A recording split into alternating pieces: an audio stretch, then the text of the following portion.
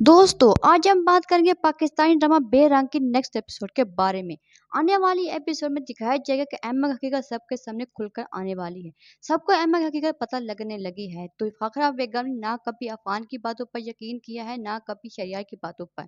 शरियार ने कई बार अपनी माँ को बताने की कोशिश की है कि अम्मा मुझसे शादी सिर्फ पैसे के लिए करी है, ये एक लालची लड़की है, लेकिन कभी फखरा बेगम ने इसकी बातों पर यकीन ही नहीं किया। लेकिन अब जैसे जैसे अम्मा और दुर्दाना की हकीकत सामने आने लगी है तो फाखरा बेगम को बहुत पछतावा हो रहा है कि मैंने इन दोनों माँ बेटी को इतनी ज़्यादा अहमियत दी कि इन्हें अपने घर का फर्द माना और ये दोनों माँ बेटी मेरा घर उजाड़ने लगी हैं।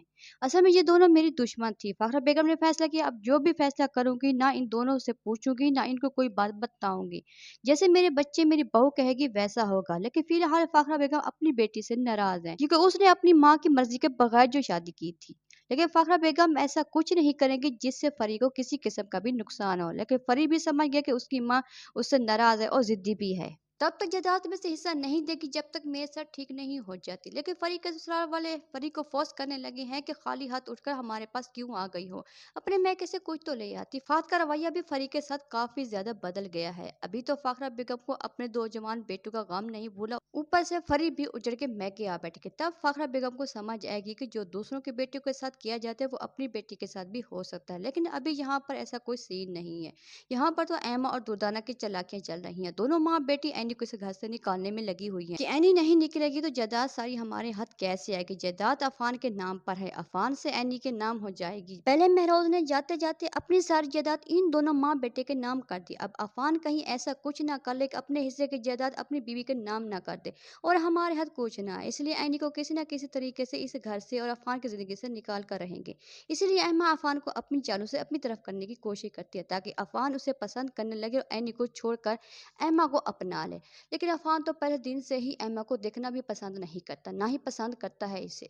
ये बात दुर्दाना और एमा को अच्छी तरह पता है। एनी को अफान से मोहब्बत होने लगी। इसके दिल में डर से है कहीं अफान को मुझसे ये माँ बेटी छीन ना ले, क्योंकि मुझसे मोहब्बत कर सकता है तो कहीं शरियार के जाने के बाद कहीं एमा की चालों में ना फंस जाए। अफान भी हैरान होता है कि एनी मुझसे मोहब्बत करने लगी, हमारे दरमियान किसी तीसरे का वजूद बर्दाश्त नहीं कर पा रही। इसलिए तो वो एमा को सख्त अल्फाज में कह आता है कि आइंदा मेरे रास्ते में ना आना, मुझे देखते ही अपना रास्ता बदल लिया करो।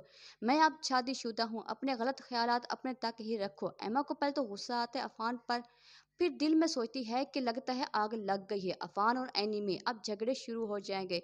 इस बदगुमानी के बाद एनी अफान से बदगुमान होकर इसको छोड़कर चली जाएगी, जैसे शहरियार को छोड़कर एनी की बहन चली गई थी और शहरियार ने मुझसे शादी कर ली थी। इसी तरह अफान को ये छोड़कर चली जाएगी। इस तरह मैं कोई ना कोई नई हरकत करूंगी जिससे ये दोनों गलत फहमियों का शिकार होकर एक दूसरे को छोड़ देंगे। अभी तो इनको ये नहीं पता कि एमल वापस आने वाली है और शरियार के ऑफिस में काम करने जा रही है, जायदाद में भी हिस्सा लेगी। एमा अपनी माँ से कहती है कि आपको पता है कि एमल वापस आ रही है और शरियार के ऑफिस में काम भी करेगी। पहले खाला ने एमल की मोहब्बत में इतनी बड़ी गाड़ी इसको दे दी है, न जाने इन दोनों बहनों में ऐसा क्या है जो इस घर वाले इन दोनों बहनों के पीछे पागल है।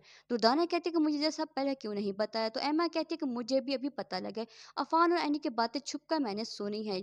मुझे बहुत ज्यादा गुस्सा आ रहा है कि खाला ने एमल को घर वापस बुला लिया है, उसका हक है शहरियार की चीजों पर, ऑफिस में भी और घर में भी। मुझे ये समझ नहीं आ रही कि खाला को सिर्फ वो दोनों बहन नजर आती है, ना आप नजर आ रही हैं ना मैं। खाला ने हमें कहा कि हम यहाँ से जा सकते हैं, कहीं कल को वो हमारा हाथ पकड़ कर यहाँ से ना निकाल दे।